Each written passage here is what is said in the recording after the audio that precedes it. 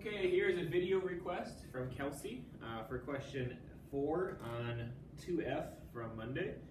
So here you go, Boopy. Here's number 4 from 2F. So we have a volleyball being hit from an initial height 0.8 meters high. It's initially hit at 7.5 meters per second straight upward. And we're trying to figure out how high it goes, and we're trying to figure out how long it takes to get to that maximum height. So the first thing we always have to do is to draw a simple picture, which is what I've done here, just so you can kind of see what we're looking for and how it all shakes out. The second thing you want to do is pick a reference frame, because the reference frame is going to tell you whether your values are positive or negative. And as long as you're always consistent with your reference frame, then you'll always get the same answer, even if people use different reference frames. As long as everybody's consistent in their own frames, then you'll get it right. I'm going to go positive up. Makes the most sense to say positive is up and negative is down. Okay. So the next thing we have to ask ourselves is, we only have 3 motion formulas: the distance formula, the acceleration formula. This has been rewritten for VF, but this is really just the acceleration formula, and then the VF squared formula, which is in the books, but we're also going to derive it. There's a picture in Schoology of how to derive it. Where do you get this from? We got to figure out which one we're going to use. What formula we use is dependent on what variables are you given and what variables are you looking for. For part A, it's asking for the maximum height. So that's a distance, a d. So there's no point in using the middle formula here because there's no d in it. It wouldn't even get you the right answer. It's just a dead end. So you either got to use the distance formula or the VF squared formula because they both have d's. The difference between these two is that the distance formula requires a time. This formula requires a final velocity. Now we don't know the time it takes to get to the top of this motion. We'll have to solve for that later, but we do know the final velocity at the top. And it's not given in the problem, but you just have to be smart and think about it logically. At the very, very top of its motion, the velocity is 0, right? That's why it stops. So we do know VF, it's 0. So we're going to use this one because we know every single variable except for d. So we're going to say VF squared equals VI squared plus 2AD. We're going to solve for d. D is equal to VF squared minus VI squared all over 2A. That's just a couple algebra steps there. And now we can solve for that height. So that's going to be 0 squared minus 7.5 squared all over 2. Okay, so now what is the acceleration? Well, the point of this section of the book, or this section of physics at 2.3, is that the acceleration for falling objects is always gravity. That's the whole point. So gravity accelerates at 9.8 meters per second squared.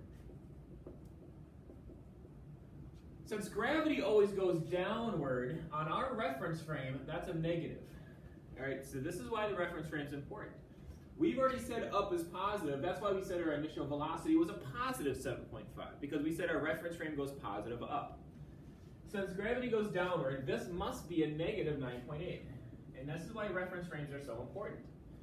Otherwise, you'd end up with a negative value here. Like when you do, like this is going to be a negative on the top, and if you, the fact that this is a negative on the bottom means you get a positive distance, which is what you want because it goes up.